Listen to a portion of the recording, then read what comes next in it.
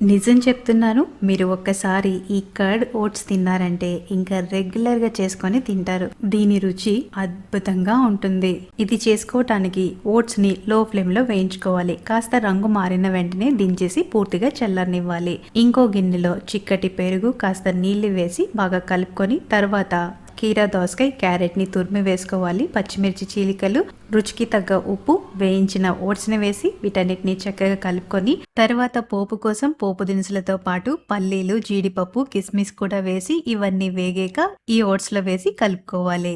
ఎండాకాలంలో పెరుగన్నం అయితే ఖచ్చితంగా ఉండాల్సిందే కదా! అయితే ఎప్పుడు ఒకేలా కాకుండా ఈ కీరా దోసకాయ పెరుగన్నం ట్రై చేయండి. చాలా చాలా బాగుంటుంది. ముందుగా బియ్యంని చక్కగా కడిగి తర్వాత కొద్దిగా పాలు, తగినంత నీళ్లు వేసి మీడియం ఫ్లేమ్లో 4 విజిల్స్ వచ్చేంత వరకు ఉడికించాలి. స్టీమ్ అంతా పోయిన తర్వాత అన్నంని పూర్తిగా చల్లారనివ్వాలి. ఇప్పుడు పెరుగు, కీరా దోసకాయ తురుము, రుచికి తగ్గ ఉప్పు, కొద్దిగా నీళ్లు వేసి ఇవన్నీ చక్కగా కలుపుకోవాలి. పోపు కోసం నూనె వేడయ్యాక పోపు దినుసులు, జీడిపప్పు వేసి ఇవి వేగాక పచ్చిమిరపకాయ, ఎండుమిరపకాయ, కరివేపాకు, చిటికెడంతా ఇంగువ వేసి ఇవన్నీ వేగిన తర్వాత అన్నంలో వేసి కలుపుకోవడమే.